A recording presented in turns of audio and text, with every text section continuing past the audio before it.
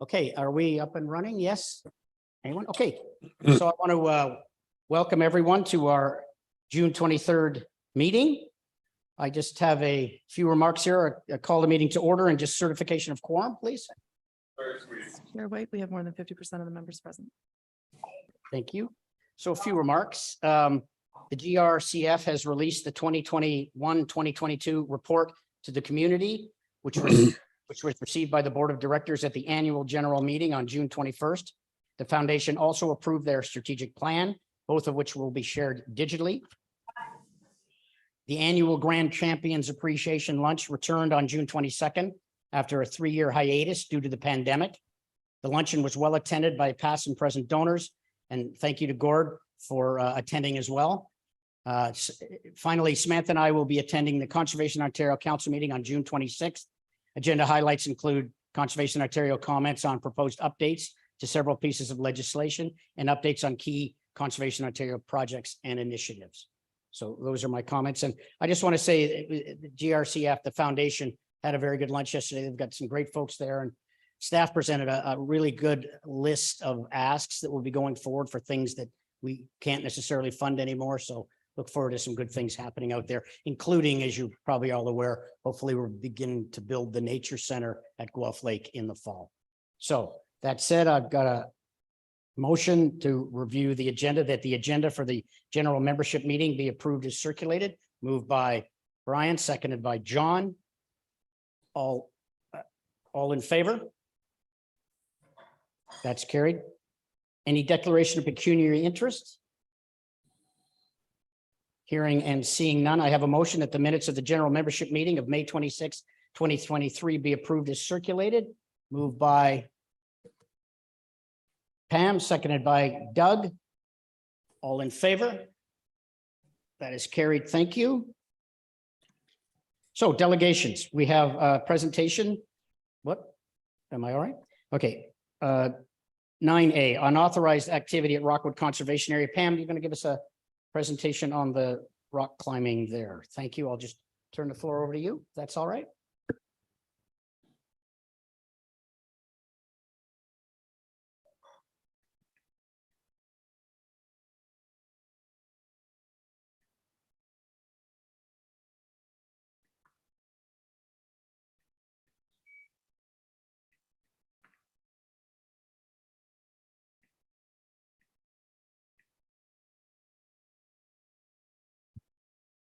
Thank you. Through you, Mr. Chair. So Rockwood Conservation Area, like all of GRCA's conservation areas, is privately owned. Although it's commonly thought that land owned by GRCA is public land, the GRCA is a private landowner. And as such, we are subject to the same obligations and responsibilities as all private landowners. And the rules and regulations related to the oversight and management of GRCA owned properties is governed through the Conservation Authorities Act.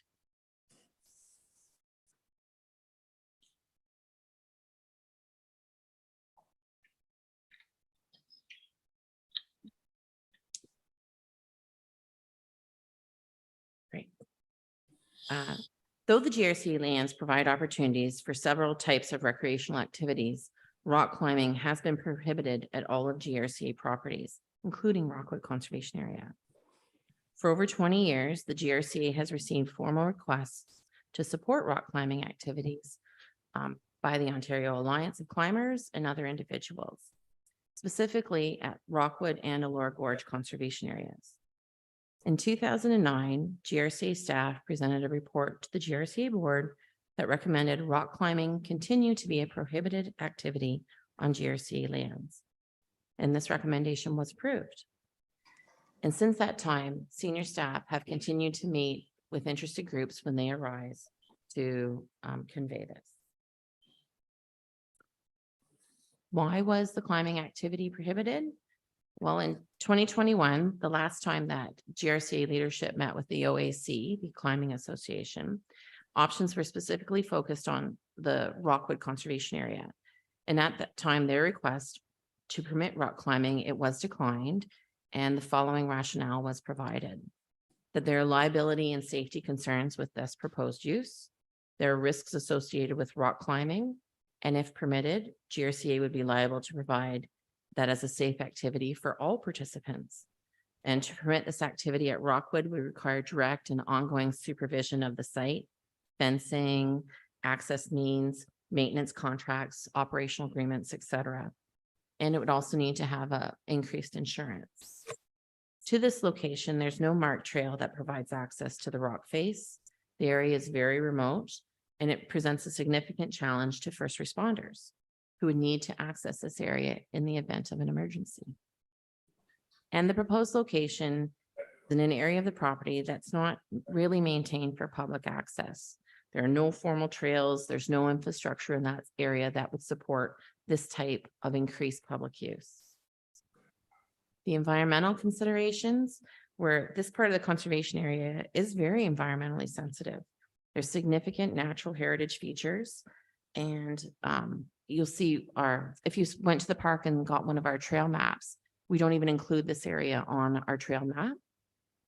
The caves of the area, they are very unique and they're an important feature as well. There's 4 species of bats that have been identified as a maternal colony there, and 2 of those species are on Canada's endangered list. And our natural heritage staff, they're also concerned with the potential impact of pedestrian traffic across this narrow portion of the Aramosa River and the Blue Springs Creek wetland area. So this is a picture of the rock face, and you'll see down at the bottom, there's like plywood or wood pieces. And off to the right of the screen, you'll see attempts at making a bridge, and that's the little creek that I was just talking about. This is another picture. So the picture on the right depicts the anchors that are left in the rock face and a series of climbing clips. That's a climbing apparatus, and they're joined together to act as a safety point for climbers. And the actual level of safety that one of these clips provides is unknown. They're installed by different individuals, and essentially the installation of this creates unauthorized climbing, leaving unauthorized climbing equipment, and that creates a risk to other users thinking that it could be a safe place to anchor their things on. And then to the right picture is another view of that rock face, where climbers have improvised different kinds of woody debris to have makeshift bridges that are able to reach the rock face and to begin climbing upwards. So there's, like I said, not an easy access. So like I said before, staff have met with the climber groups for over 20 years, and the reasons that were given in 2009 are still valid today. That the GRCA does not own all of the property that they wish to climb on. We own the lower portion. The activity that they're asking could have adverse environmental impacts on the area with the significant wetlands and the species at risk. Rock climbing could conflict with other uses in this area, including nature center programming and park programming. The activity in question is a high-risk activity in an area where emergency and rescue access is difficult to have. And at the time, the OAC didn't have enough liability insurance to cover its members, nor could it guarantee that every person who climbed that point would be one of their members that would have their insurance. So without having the site monitored, you can't guarantee who use it would be a member. So as part of our due diligence, we've progressively managed that portion, and our experience has evolved. So we definitely have our no rock climbing signage and no trespassing at the known entry points.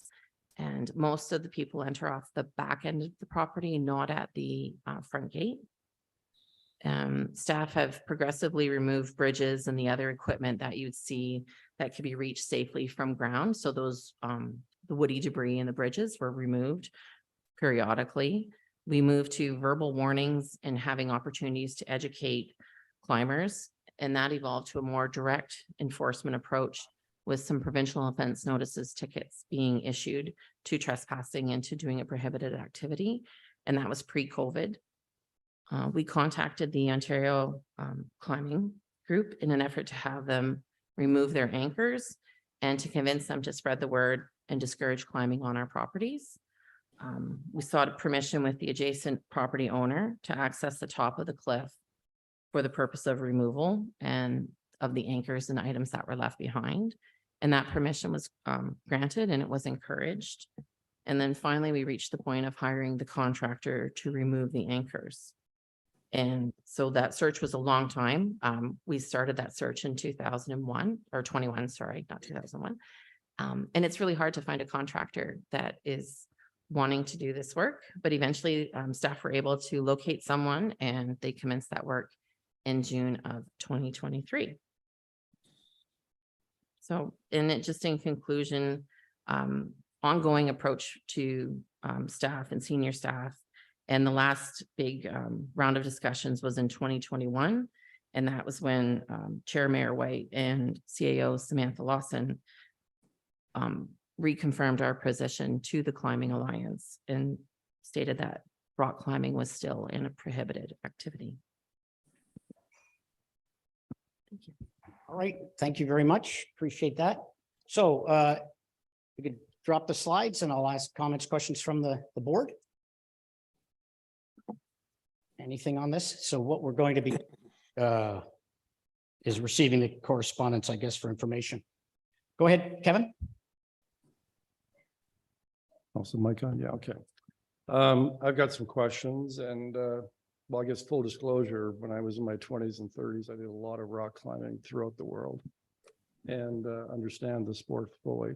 I'm well beyond my days of rock climbing, but you know, it's a great activity. There's quite an active rock climbing community in Ontario. It's becoming a very popular, even more popular than ever was. And I know that Conservation Halton has 3 areas: Rattlesnake, Milton, Kelso, and Mount Nemo, where there is a lot of rock climbing activity, and Conservation Halton has a program for rock climbing.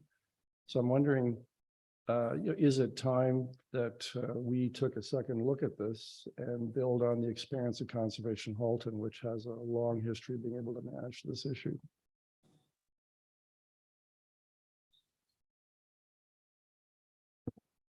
Through you, Mr. Chair. I think one of the biggest differences between the site at Rockwood and Conservation Halton sites is the actual ownership of the land, and the top of the rock face is not GRCA property. So it makes it very challenging, and the owner of the land is not interested in this activity and willing to permit that. So that's part of the bigger challenge piece.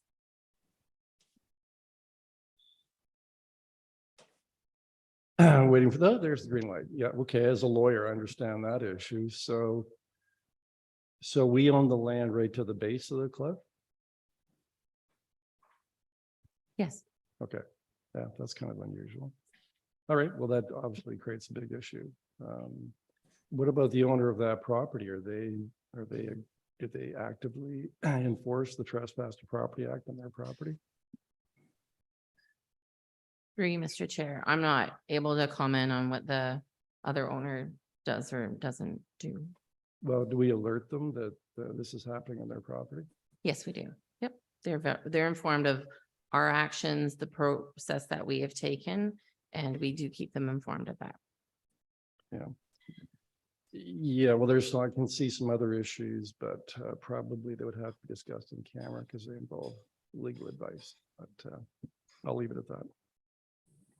Thank you, sir. John?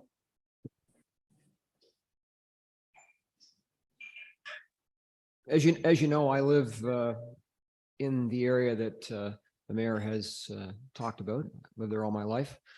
And you know, what isn't talked about with respect to Conservation Halton's program is how they deal with people who are injured. And the people who are injured are handled by the town of Milton.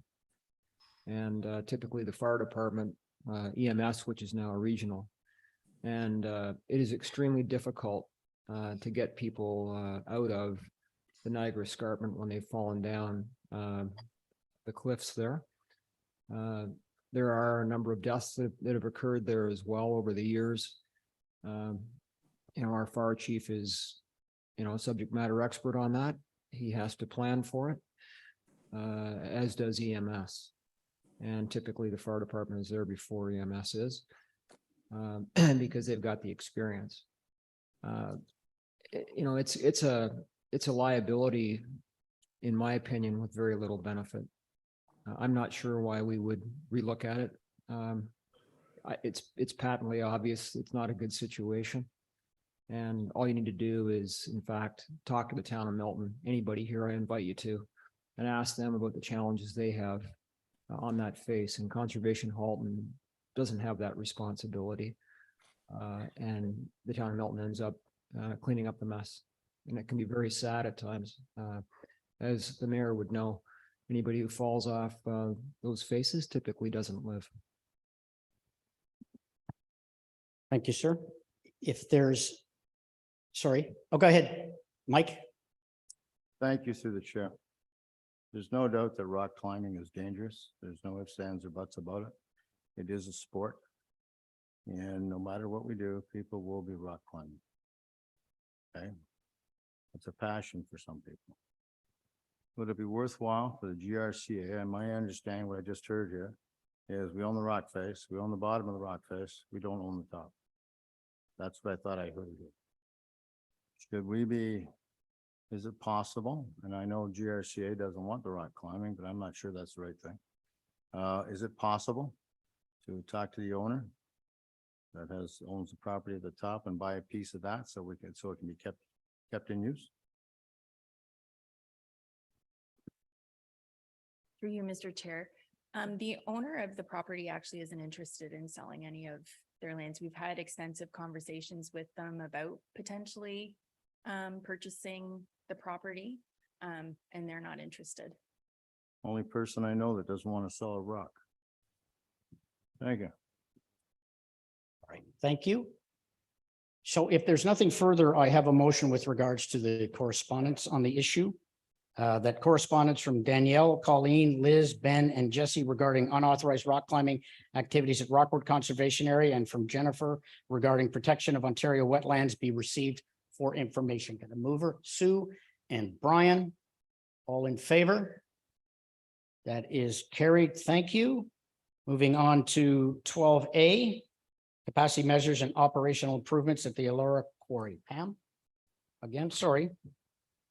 Should have given you a break. Okay.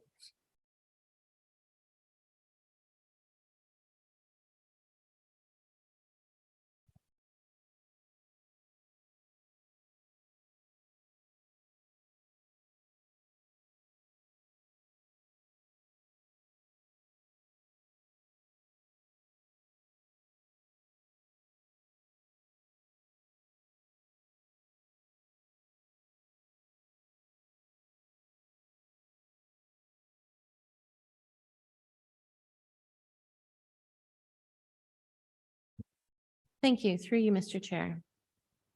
The Elora Quarry, it's considered to be one of the most popular tourism destinations in our watershed. It's located in Elora in the township of Center Wellington. GRCA purchased the quarry in 1976, but it was a popular swimming area long before that. It's a 21 acre or 8.5 hectare day use conservation area. And as you can see from the above head picture, it's nicely tree covered. The center of attraction at the quarry is the old swimming hole, and that's about a 2 acre former limestone quarry. It's encircled by sheer cliffs up to 40 feet high. This graph shows the steep increase in the day use of the Elora Quarry since 2013, the closure in 2020, and the post-pandemic reality. Our revenue has stayed in line with our budget expectations, and the customer experience has improved dramatically over the years. Memberships have not been able to access the quarry since it reopened after COVID in 2021. The pre-pandemic challenges at the quarry. These challenges were really because of the one person in, one person out site management plan. It created long lineups of vehicles and people hoping to enter the quarry.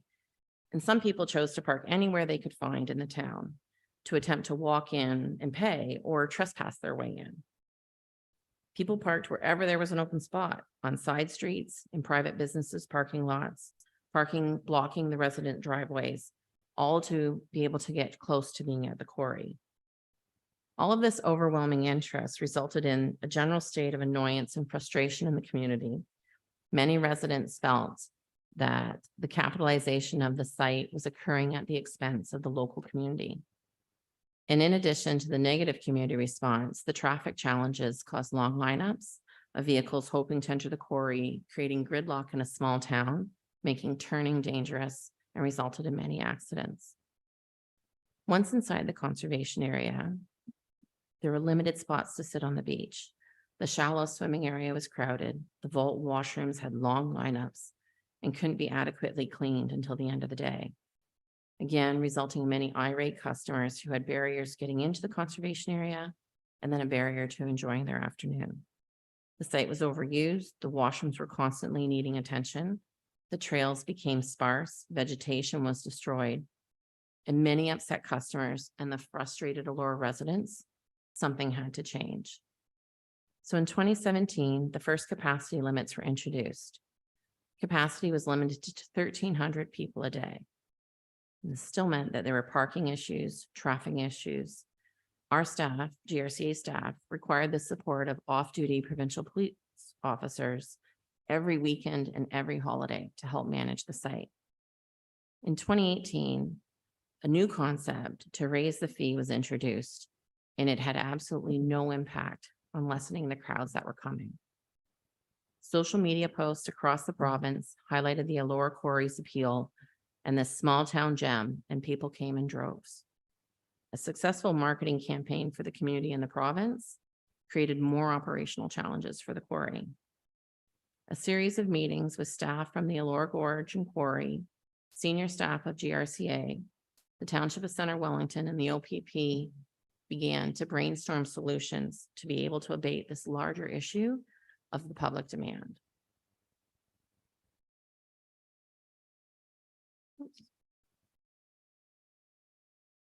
That's the slide I need to be on. The first recommendation was to fence the property. This would help limit trespass opportunities and funnel people through the main gate. The quarry was closed in 2020 with the first year of the pandemic, and we were fortunate to be able to do the fence installation work at that time. The second was to manage the total number of people on site per day, supply management. GRCA's IT department was able to create an online reservation system to help manage that customer experience.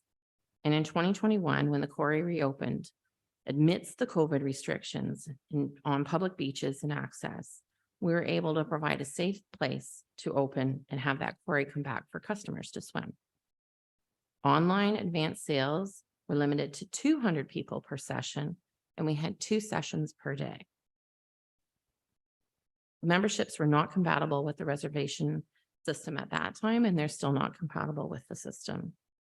All of our membership marketing materials were updated. Pass holders were offered refunds if they requested them, and conversations were had. Third, our decision to make capacity be based on parking spaces. This was a big decision. Those parking spaces had charged an additional fee.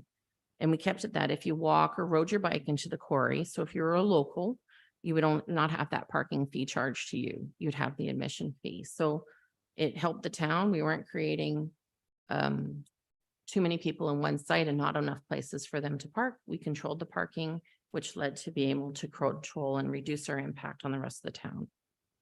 The fourth consideration for us was to reduce our OPP and off-duty support requests.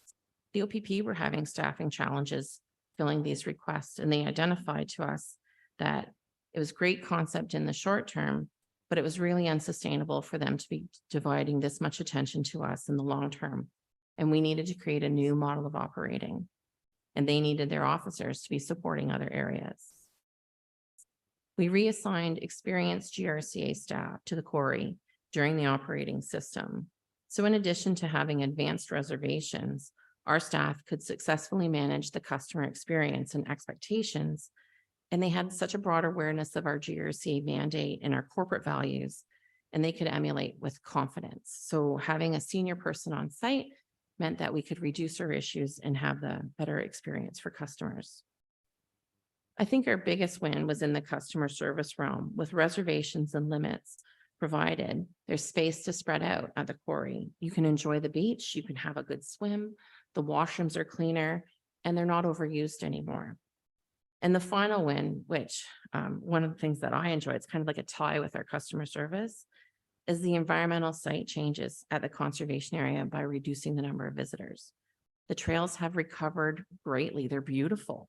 They're groomed well. They make a nice, enjoyable walk, and there's such a great view. Our typical day at the quarry now has staff starting at 9 a.m. to prepare the area.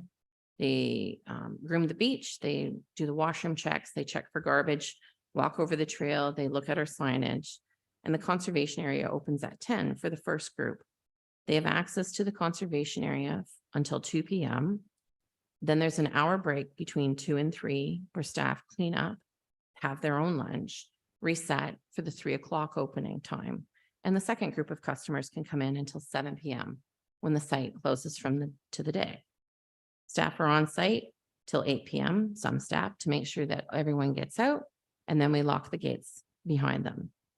Reservations are able to be made up to 7 days in advance online. The reason that memberships were excluded from the advanced reservation system was twofold. The intent of the business model was to focus on managing capacity by time block with a set number of passes per day. And the reservation system was created to focus on that need exclusively. And in the fall, staff were contacted by Ms. Cotter, and she requested to add memberships to the reservation program. Conservation area and IT staff reviewed the model to see if we could allow a set number of memberships or have a sliding number of memberships per day, and found that this change would require a new reservation system entirely at considerable expense. And it would also require daily staff support to manage both of these items. And those resources aren't available to dedicate to that operation at this time. Our GRCA pass holders, membership pass holders, have access to all of the other conservation areas within the watershed, and swimming being the most popular activity at the quarry. The local membership holders can access our Bellwood Lake. They have a similar smaller quarry, Laurel Creek, Shades Mills, Guelph Lake, Conestoga Lake, Pinehurst, and Rockwood, and all of those areas have swimming available to them. Thank you.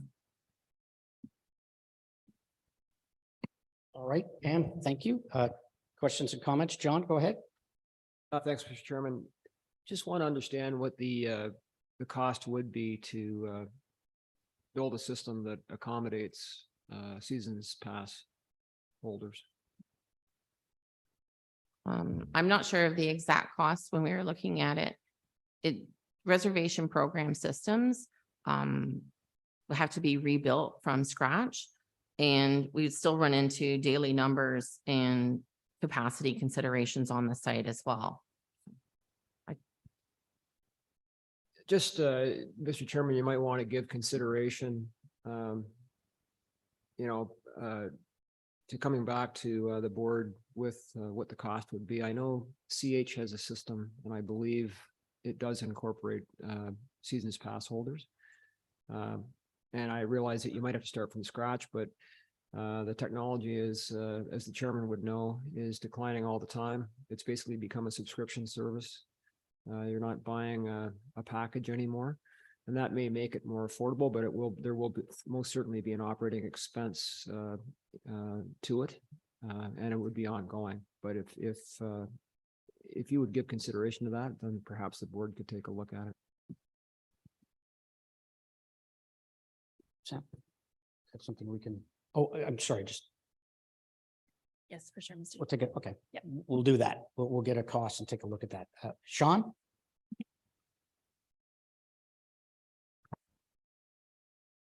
Yeah, and I agree. I know these reservation systems get updated all the time. I know there's an expense to it, but if the sort of the priority is to make that switch, then that can be an ask. That's not I don't think that's an issue that way. I think that we've obviously, being someone from Central Wellington, understanding sort of the use of that facility for forever. And I would agree, there was a point in time that was kind of crazy there. I remember being there myself many times. And through COVID, we've reduced those numbers. And there's many times now you go by there and there's no cars there. So it's really gone from one extreme to the next, just from the visual look of it from the outside of it. But there's got to be a way that our members and whether that's on a first come by first served basis, to be able to enjoy that facility. It's obviously it's an iconic place in our community, and we do want to share that obviously with tourism, but we also want to share with the locals who have memberships and have the ability to be able to use that. And you know, sure, the ask for an additional cost of what we have there is a sort of a premier spot. It makes it very prohibitive for people to utilize that space. So I think it behooves us to figure out this a little bit. I think this is partly it's a technical issue. I think there, obviously, we've come out of COVID. Things have changed that way. We'd love to share it, but I don't think we need to go back to where it was. But there's got to be a sweet spot there in my mind that we can share this beautiful facility with members and locals that way, and that be done on a first come by first served basis. I can understand the technical component of this in terms of the reservation system, but come on, we should be able to figure that one out. Thank you. Go ahead, Pam, and then I'll get you, Carrie. I see you up there. Thank you for the report. Are we at capacity most days? Through you, Mr. Chair, we are at capacity every weekend and holidays, sometimes Mondays in this slower season into June. Once we get into July, we are in August. That's when it's very, very popular. We hit capacity frequently. And is our capacity, you said something about parking, is it based on the parking? Yes. Through you, Mr. Chair, yes, the capacity is based on parking because there's a very big challenge in the town of Elora with respect to parking, and it was having those impacts on other locations, the businesses and in the communities, and parking in front of people's driveways and things like that. Okay, so in your opinion, there would be no room to increase each one by 20, let's say 20 per slot? Because we've gone from 1,300 to 400, which is fairly dramatic, that's all.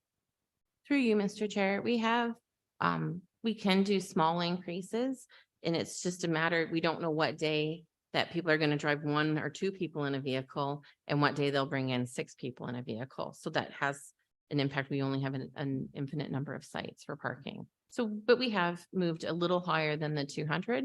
We usually are about 230, somewhere in that neighborhood. And we have had a request for a bus system to come in, and so they're not taking up that parking space and different things like that. So we are trying to accommodate and grow it while still managing the site. Okay, so you're not totally stuck on the 200? No. Okay, thank you. Carrie, go ahead. Hi, thank you.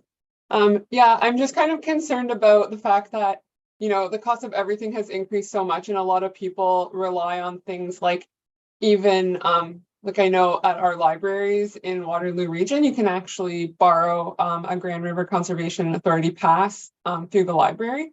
So people can have free access to go out into nature, whereas normally they probably wouldn't be able to afford it. So I think, you know, with the passes even of that kind of use, like that would be an opportunity that people could be able to go to the Elora Quarry where they might have not been able to before. So I was wondering if even if we couldn't do like full passes, if libraries could have maybe like some sort of day pass that is maybe like a promo code or something that they could type into the system that currently exists. I'm not sure if that is feasible, but just a thought.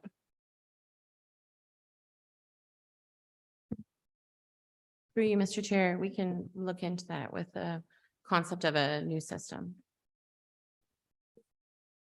Mike, I see you soon.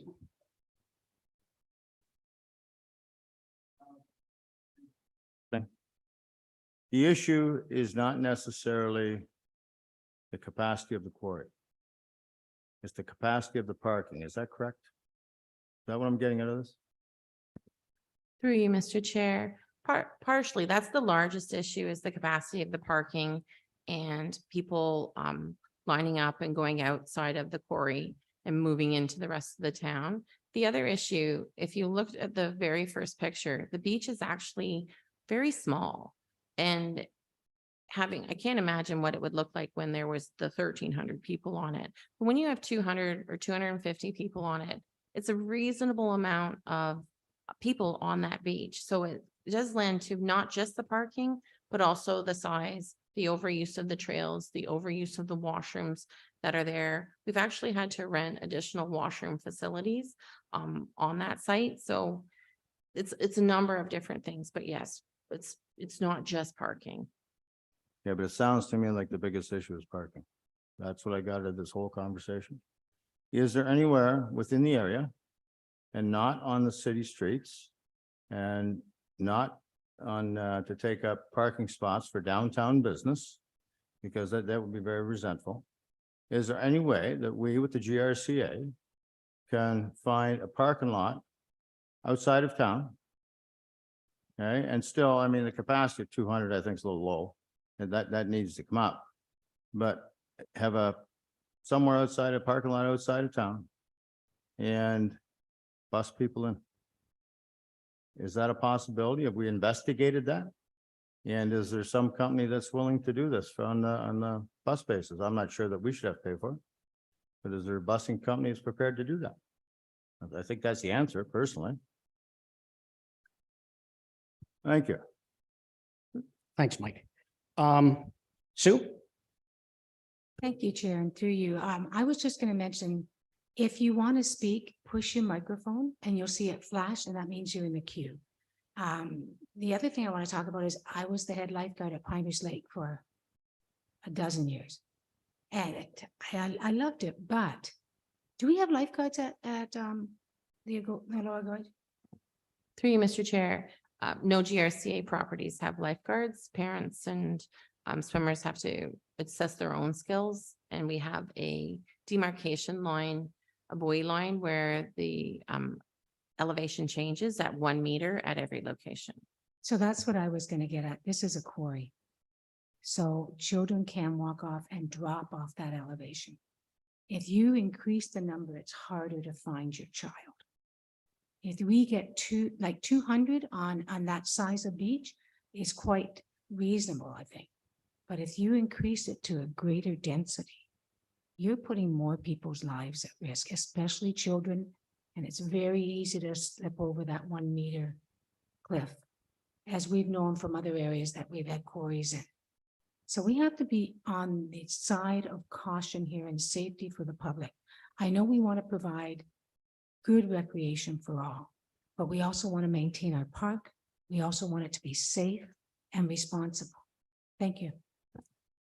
Jim? Sorry, Jim, can you hear me? You were so enthralled with what Sue Sorry, was just trying saying. to find my mute button.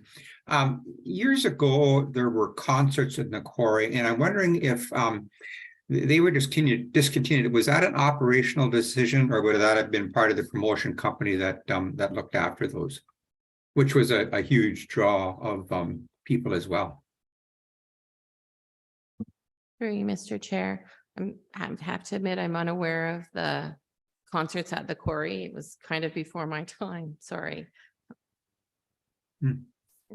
Okay. They were there was a stage floated out to the middle of the quarry, and there was bleachers set up on top, which is, it was a well attended. There was 3 or 4 each summer season. Hey, thank you. Sean? I don't really want to lose sight of what the issue is really. We're not talking, expanding this to a great amount of people again. Understand sort of the issues as it relates to water quality, amount of use, making sure that the site is clean, but really it's an opportunity for a portion, whether it be part of that 200, maybe it's a greater number, could be another 25 people, but be able to use that as in terms of your membership to be able to go into that site. That's really sort of the issue. We're not talking about recreating what we had 5 years, 10 years ago. I don't think anyone wants that. I can tell you for parking is not an issue. You can drive by there every day, which I pretty much do every day. There's lots of parkings, but that's really not the issue again.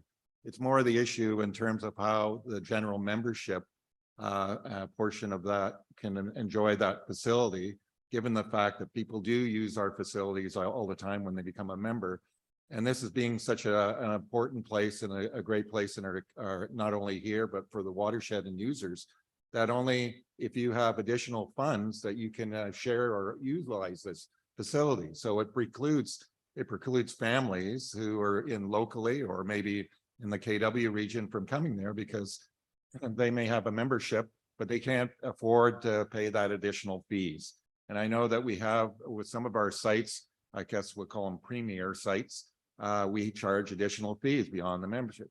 We're not saying open it up to entire membership. Maybe it's something on a first come first served basis, but to be able to allow some members to access this thing, and how that is done, I don't know. But really that is, in my mind, the issue. It's not the parking spaces. We don't want to make it, we don't want to turn back the clock 5 or 10 years ago where it was just crazy there.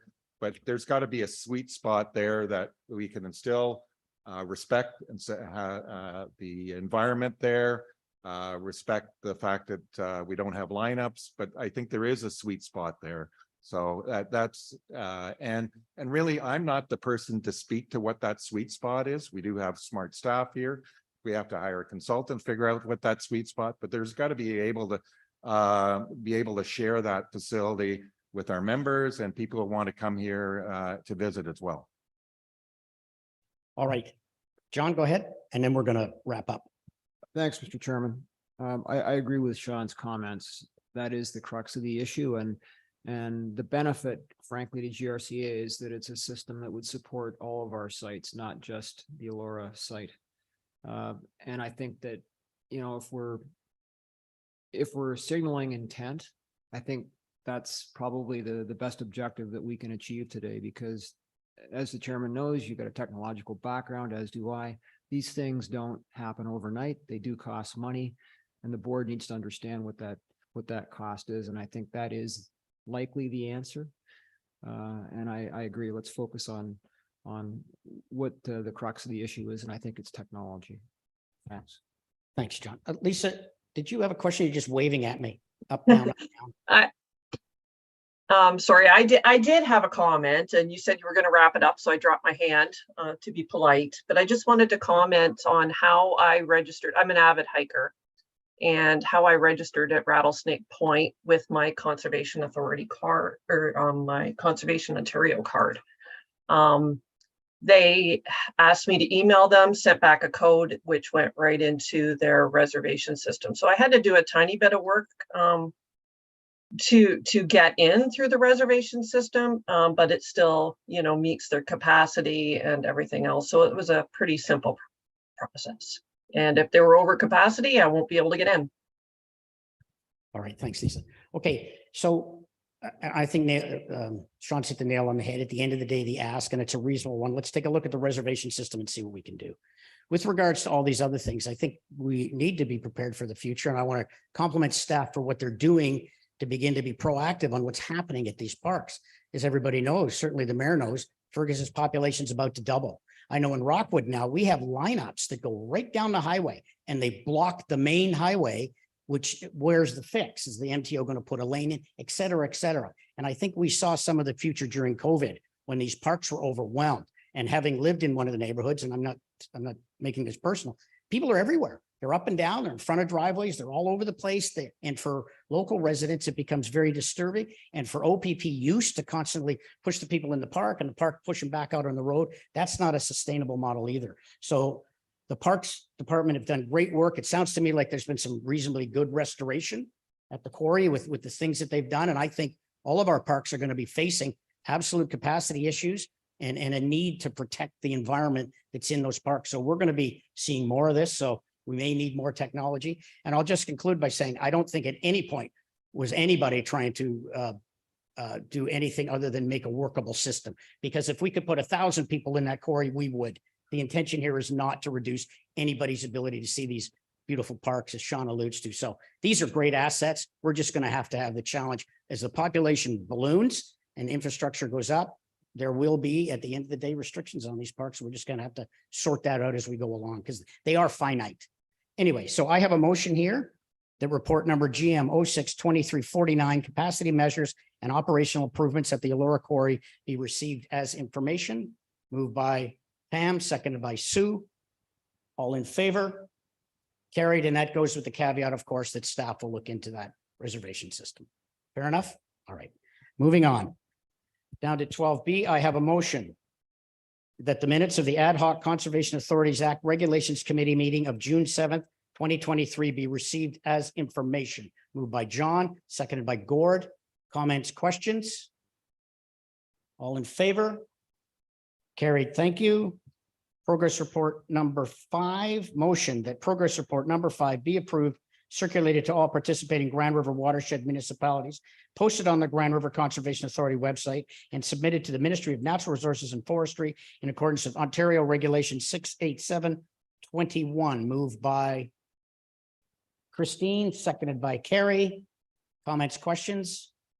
All in favor? Carried, thank you. Cash and investment status, that report number GM 06-2348, cash and investment status, May 2023 be received as information. Moved by Bruce, seconded by, is that you, Guy? It is, it's Guy. Seconded by Guy. Comments, questions? All in favor? That is carried. Thank you. Financial summary, that the financial summary for the period ending May 31, 2023 be approved. Moved by, I'm sorry, David, did you have a question on the last item? No, on this one. Okay, so I'm going to put it on the floor. Moved by Sean, seconded by Brian. Comments, questions? Go ahead, David. Thank you, Mr. Chair. Just, I don't understand one item there on page 30. It has environmental education. We budgeted 500,000. And to date, we spent just under 2,000. And then if I look at the actual in 2022, the total spent was 26,600. So I'm just a little confused, Mr. Chair, why we would budget 500,000 for something we spent 26,000 on last year, and we only spent less than 2,000 this year. So I'm sure I'm missing something. Through you, Mr. Chair, my page 30. 35. 35, I think. Is it 35? Are you, sorry, Dave, can you reconfirm the page number? 35, maybe? I've got page 35. Yes, it is correct. Okay. And there's just something along, I think, with the lines alignment. That 500,000 should be under Nature Center Revenue Schools. So it's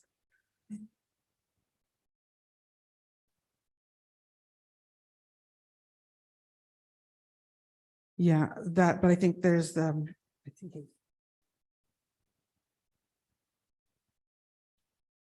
I think through you, Mr. Chair. Yeah, that's just a formatting error in the program. That $500,000 where it says budget, previous forecast, current forecast should be down one line below under Nature Center Revenue Schools. Oh, excuse me. Sam is clarifying that you're in fact maybe speaking to the Guelph Lake Nature Center Special Project, which does show only $2,000 in spending and a $500,000 budget. And that's, yes, because of the timing of the construction of the Guelph Nature Center. But also I do notice that there's an error under self-generated. There's figures of 500,000 showing under donations foundation, and those should be dropped one line. So we are on target for our school nature center revenue to achieve the 500,000, and we're sitting at 228,000 to date. Yeah, sorry, you asked for clarification on what page. It says page 27 in our report. And when I flip through it, I'm on page 30, but it's page 27 at the bottom. So if I look under special, at the very bottom of page 27, it has, yeah, and you can see it says environmental education, and I know it's in talks about it in Schedule 8. But like you say, it's confusing because you look across 26,600 was spent in last year. We have budgeted 500,000 this year and we've only spent 1,866. So that's what I'm looking at. And you're saying, Yes, Mr. Chair, yes, it's also on page 27 that you're correct, and it is correct. This is the special project related to the construction of the Guelph Nature Center.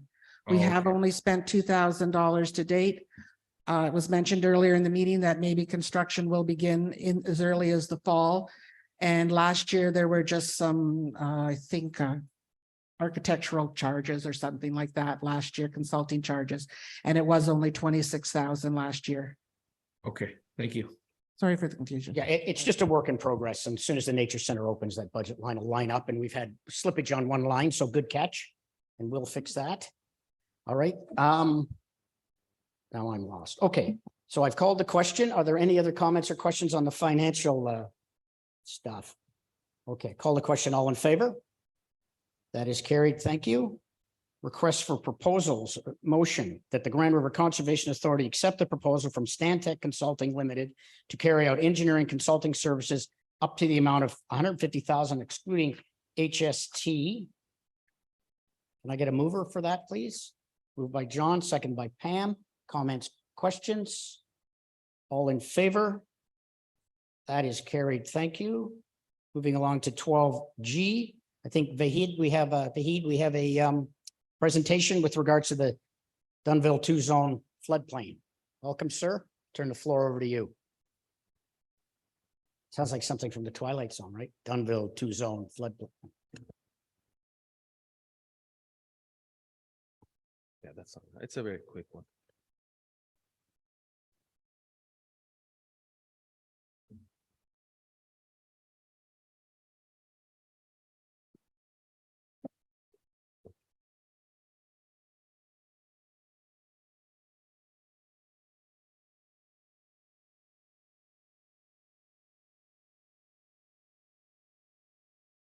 Good morning, everyone. Thank you very much. It's basically going over the floodplain analysis update that was done in Frank Marshall Business Park.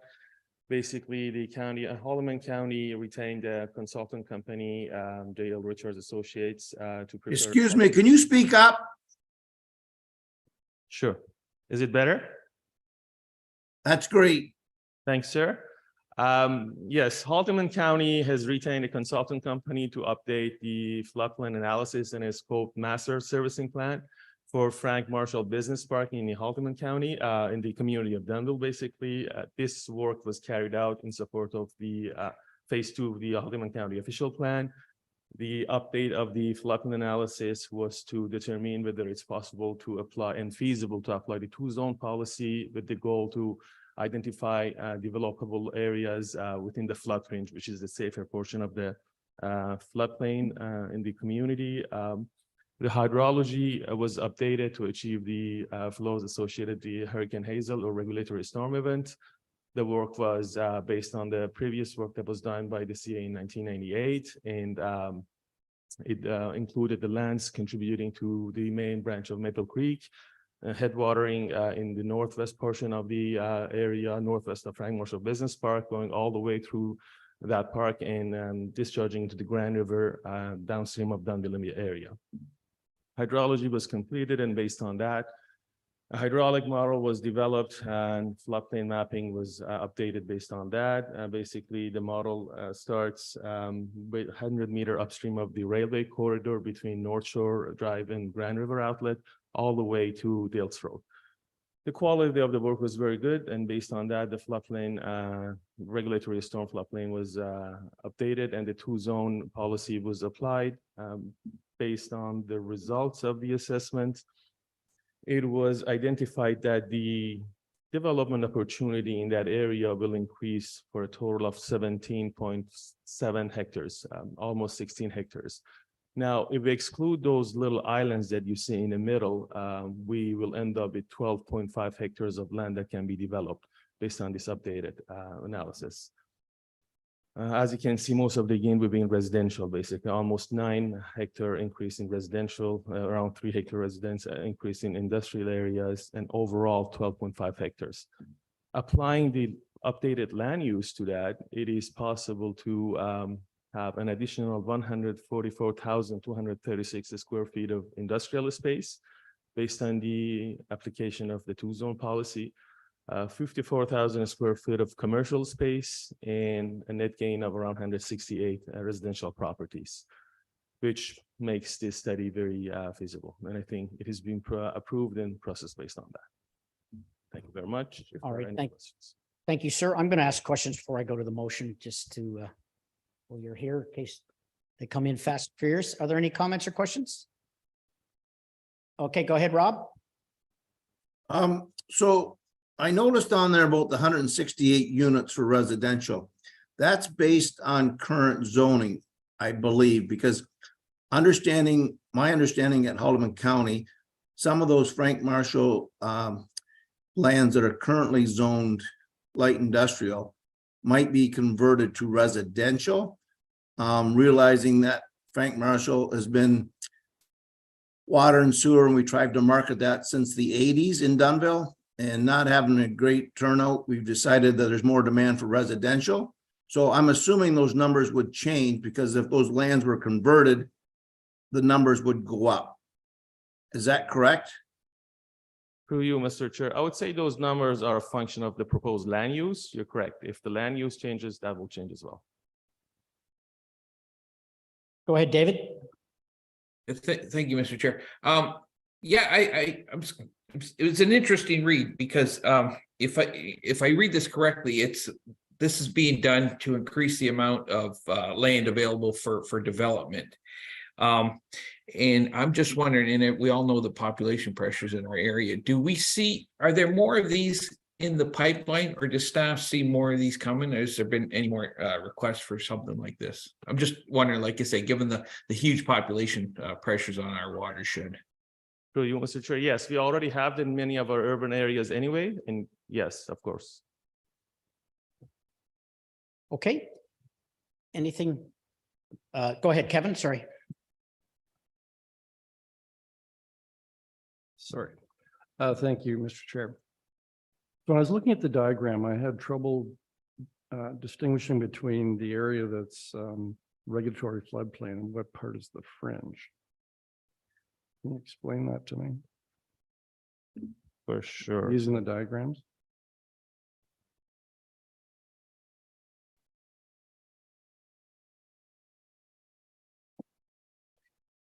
If did we stop sharing?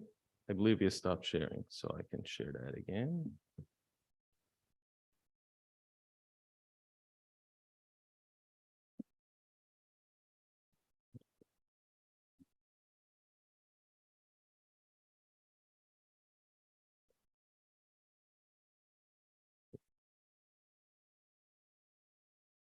So I have to apologize for the size of this image. It's not the biggest one, but if you look at the legend over here in this map, the areas that I highlighted in lighter blue color, that's the flood fringe. These areas are the flood fringe. Those areas are the floodway.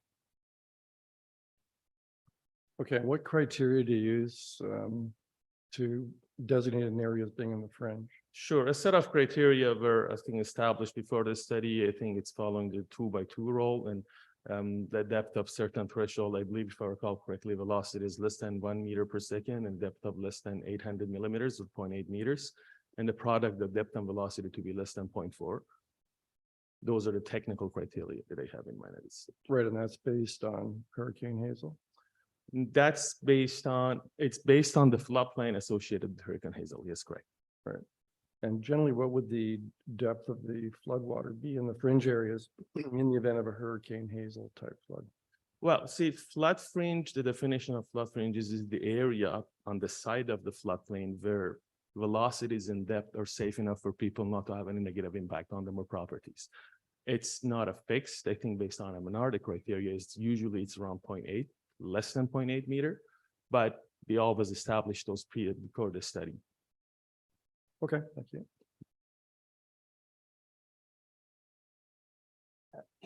Alex, go ahead. Thank you. And understanding that, the provincial regulation planning to Hurricane Hazel, some of those are standards we're not necessarily setting. Also understanding that we're in a changing climate and our old baselines are not necessarily our new baselines. Are there any concerns that what happens if we have an above Hurricane Hazel level storm, if we have more frequencies? To what extent does the climate modeling or what we know about our changing climate play into some of these regulated standards? Through you, Mr. Chair, that question has been asked since the day that we established regulation for Hurricane Hazel. Yes, it's about risk. While we understand there's a possibility for a storm to occur above Hurricane Hazel, the probability of it is very small.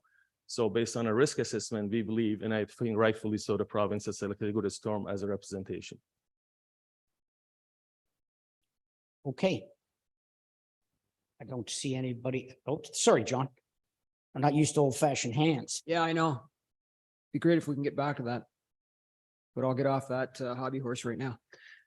The other thing that you probably should mention to answer Alex's question is the requirement since Hurricane Hazel in the province of Ontario has changed. The regional storm has gone from 100 years to 500 years, correct? And so it is constantly being reviewed. As you're probably aware, the town of Milton, the historic downtown is located in a floodplain, and anybody who sits around that council table becomes abundantly aware of what the regulation is. We just completed mapping in the last, the report is coming out from CH later this week. I understand, well, next week. And it didn't change much. So it's kind of nice to see that through this mapping, you've enabled additional economic development in that community, because that's not always the case. But, just to sort of add to your comment to Alex, the province has changed the regulation. Thank you. And the mapping requirement. Sure. Thanks, John. Thank Okay, if there's nothing further, I'm going to put the motion on the floor that a two-zone floodplain policy area for portions of Dunnville be endorsed, and that the updated floodplain mapping as prepared by J.L. Richards and Associates Limited, June 2022, be used as the guiding document when dealing with planning matters and permit applications in the study area. And that amendments to the Grand River Conservation Authority's Ontario Regulation 15006 mapping be approved to incorporate the revisions to the floodplain and associated regulated allowance. Moved by Sean, seconded by Mike. All in favor? Sorry, Kevin, did you have a question? Yes, I do, through you, Mr. Chair.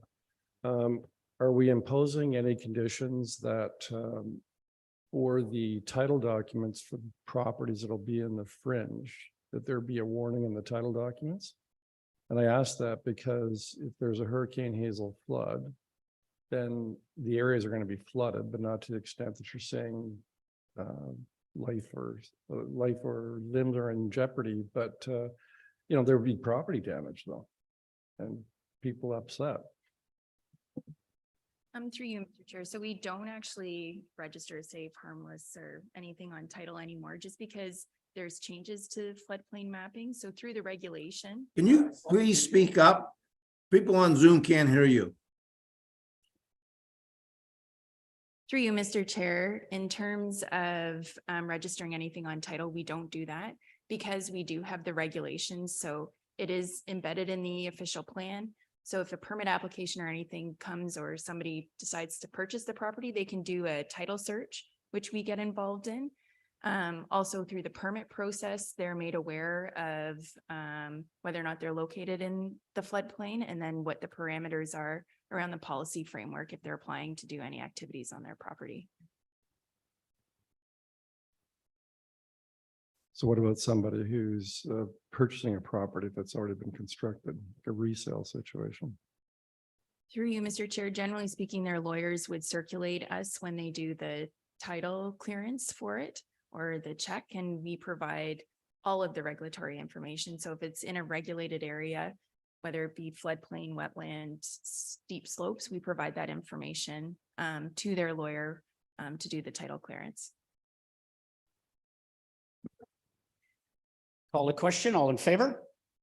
That is carried. Thank you very much. Current watershed conditions, motion that report number GM 06-2353, current watershed conditions as of June 14th, 2023 be received for information. Moved by Gord, seconded by Sue. Any comments or questions from anyone? Okay, all in favor? That is carried. Thank you. Thank you, sir.